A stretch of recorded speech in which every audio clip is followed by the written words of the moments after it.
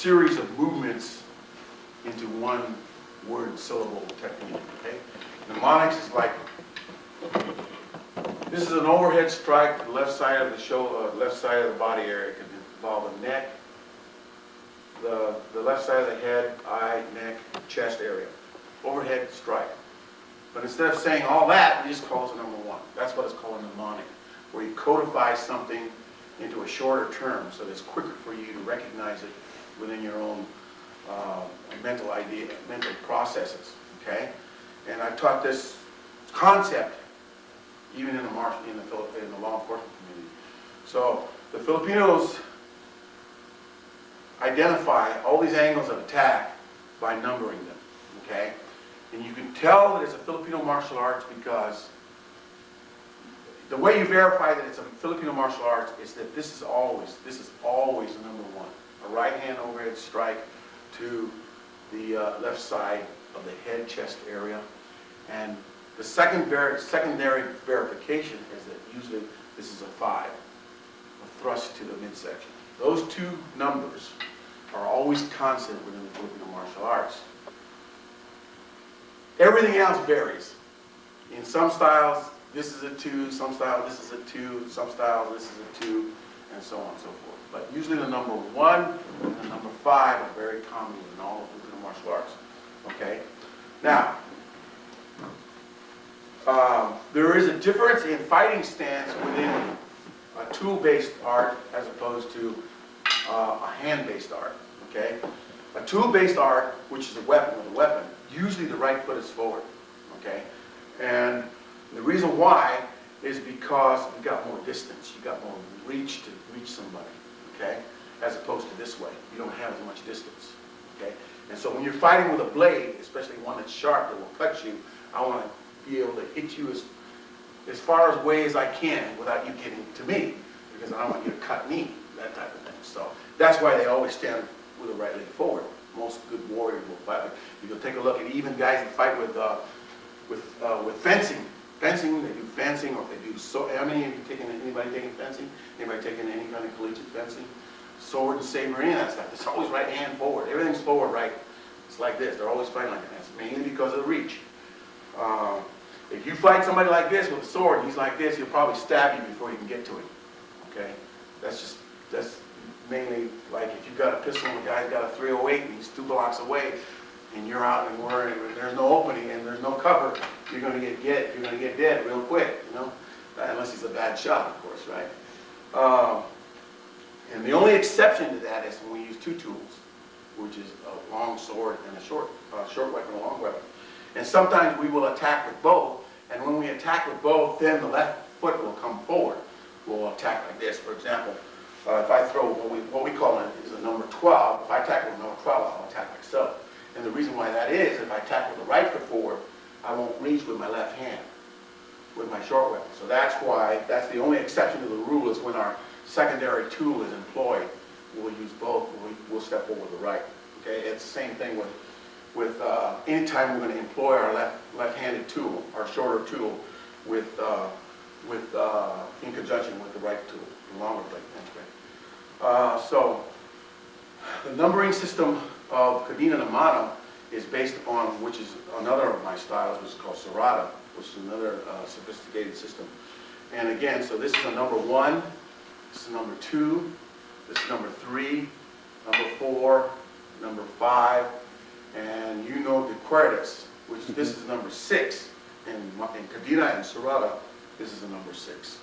Okay, that's the difference. That's the only difference you got to remember, that the 6 is a thrust or a right cross, either one. So basically, the nice thing about this numbering system is that it can be directly translated from a tool-based learning to a hand-based learning, which this is a number 1, this is a number 2, this is number 3, number 4, or I can spin around, this is a number 4, that type of thing. And this is a number 5, or this is a number 5. Okay, so all these things, all these motions can be translated directly down to hand-to-hand stuff. And the techniques that we teach you, 90% of the techniques that we teach you cross over from tool-based to hand-based stuff.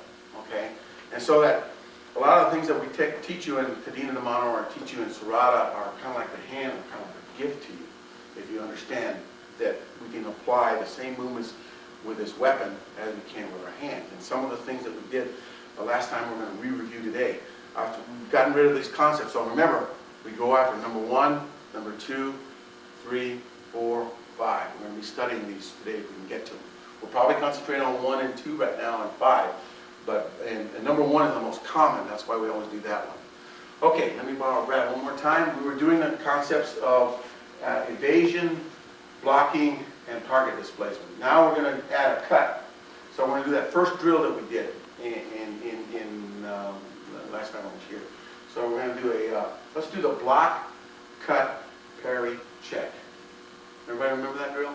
Block, cut, parry, check. Block, cut, parry, check. Block, cut, parry, check. There is a purpose for this, and the reason why I taught this to you folks in the first place, and now that some of you want to become instructors, I'll explain why we do this. The eyes are made up of rods and cones, and for some reason, the eye picks up arcing motions faster and easier than they pick up linear motions. In other words, this arcing motion here, this motion here, is easier to pick up than a linear motion like this.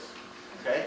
It's easier to pick up. So what happens is that when you start out with an arcing motion to teach a student, somebody, they can learn it faster. It's much more difficult to learn something that's coming straight at you like this than to see something coming straight at you. And that's the reason why I also teach the blocking method first. And if somebody says, well, you only got 8 hours with somebody to work with, then I will not teach them the pairing. I don't like teaching them the pairing because it's a little more difficult because you've got to add more evasion to it. You've got to add pairing and evasion. So basically, block, because it's an easier technique to teach, cut, parry, and check.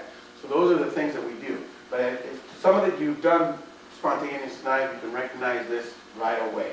And it's a good basic drill.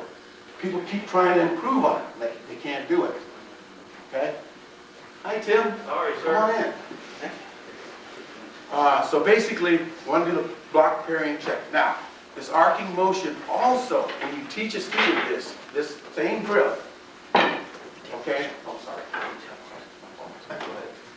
When you teach a student this same drill, this arcing motion, you start to begin a subconscious processing within the student himself of picking up an attack motion subconsciously, which is the right foot coming forward, the shoulder motion, the hips, the body. Everything is picked up by the body subconsciously, okay? So anytime this motion starts, they'll pick it up subconsciously as an attack, and they have an appropriate response to that. So now you're building up these subconscious things, and it becomes easier and easier for a student to understand what's happening when there's an attack or